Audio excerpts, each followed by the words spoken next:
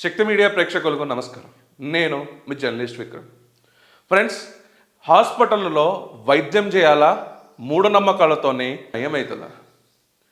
అది ఏ రకమైన మూఢనమ్మకాలు కావచ్చు, ఒక భూత వైద్యుడే కావచ్చు, ఒక ఆయిల్ ప్రేయరే కావచ్చు, ఇంకేదైనా కావచ్చు. అక్కడ ట్రీట్మెంట్ జరగాల, లేకుంటే ఒక నమ్మకం అక్కడ జరగాల. అంటే అక్కడ ఉన్న డాక్టర్కి వాల్యూ లేదా? అలాంటి ఒక ఘటననే ఇప్పుడు ఒక గవర్నమెంట్ హాస్పిటల్ పిఠాపురంలో జరిగింది. ఆ పిఠాపురం గవర్నమెంట్ హాస్పిటల్లో ఏం జరిగిందో ఒకసారి చూద్దాం. చూడండి ఫ్రెండ్స్, ఈ మహిళ ఎలా ప్రేయర్ చేస్తుందో ఈ ఉమెన్ ఈమెకి ఒకసారి చూడండి.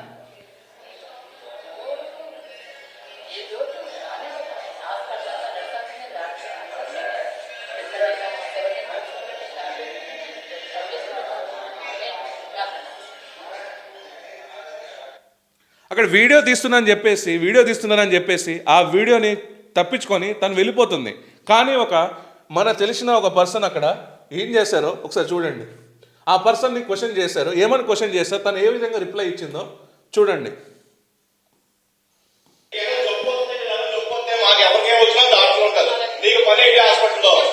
ఇదే హాస్పిటల్ గవర్నమెంట్ హాస్పిటల్లో ప్రార్థన చేస్తారు. ఇంకా హాస్పిటల్ ఎందుకు గవర్నమెంట్ హాస్పిటల్లో? నీ సంగతి తెలుసు నాకు. నువ్వు ఆల్రెడీ హాస్పిటల్ వచ్చి తిరుగుతున్నావు అని నువ్వు వచ్చిన లోపల ప్రార్థన చేస్తావు. నాకు ఆల్రెడీ ఇంటిమేషన్ ఉంది. నువ్వు కరెక్ట్ ఇక్కడ పని ఏంటి? స్టాఫ్ ఏం చేస్తారు?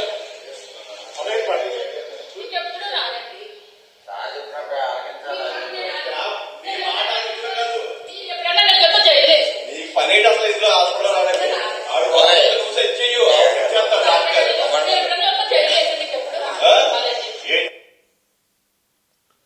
ఫ్రెండ్స్ చూసారా? అయితే నేను ఈ వీడియో చూసే ముందు ఆ వీడియో చూసే ముందు అందరు పొరబడే ఉంటారు. ఆ అమ్మాయి లేడీ ఈమెను పిలిపించి ఉండొచ్చు, ప్రార్థన చేసి ఉండొచ్చు అనేసి అనుకోవచ్చు. కానీ ఇక్కడ మనం చూస్తే ఈమె రిపీటెడ్లీ, ఈ పర్సన్ ఎవరైతే ఉన్నారో తిను రిపీటెడ్లీ అదే హాస్పిటల్లో తిరుగుతుందని ఇక్కడ ఈ పర్సన్కి ఇంటిమేషన్ ఉందంట. అయితే అక్కడ గవర్నమెంట్ హాస్పిటల్లో తిరుగుతూ ఇలా ఒక జనాలకి ఏమైనా సేవ చేస్తుందా అంటే లేదంట. మత కన్వర్షన్లకు వీరు దారి చేస్తున్నారు. నేను ఇక్కడ ప్రేయర్ చేశాను, నెక్స్ట్ వారం మీరు చర్చ్కి రండి అని చెప్పేసి అంటుందంట. అయితే ఈమెకి ఎవరు ఇక్కడ మత కన్వర్షన్ చేయడానికి ఒక బీజం వేస్తూ ఇక్కడ ఎందుకు తిరుగుతుంది తిను అనేది ఇప్పుడు ఒక క్వశ్చన్. నిజంగా ఈ మహిళ పైన చర్యలు తీసుకోవాలని చెప్పేసి అక్కడ సదులు అధికారులు ఎవరైతే ఉన్నారో పిఠాపురంలో, అండ్ అక్కడ మన ఎమ్మెల్యే సాబ్ ఎవరైతే మనపై చర్యలు తీసుకోవాలి ఇటువంటి సంఘటనలు జరగకుండా. ఎందుకంటే ఇక్కడ వీరు ఎన్కరేజ్ చేసుకుంటున్నారు పేషెంట్స్ని. మత కన్వర్షన్లు జరుగుతున్నాయి.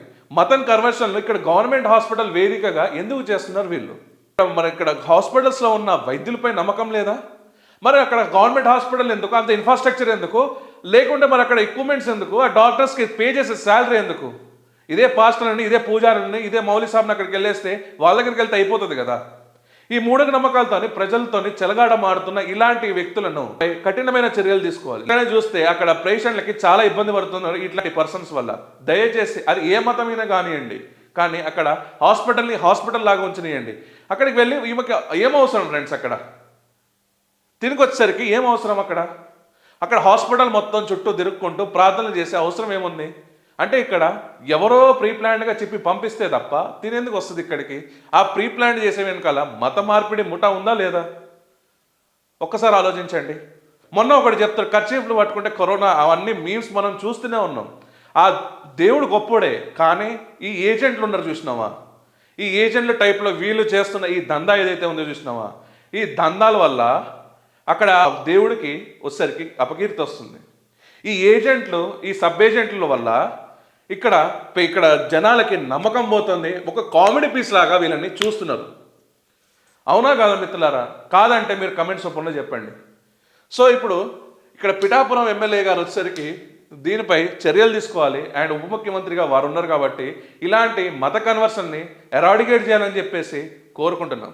జై హింద్, జై భారత్.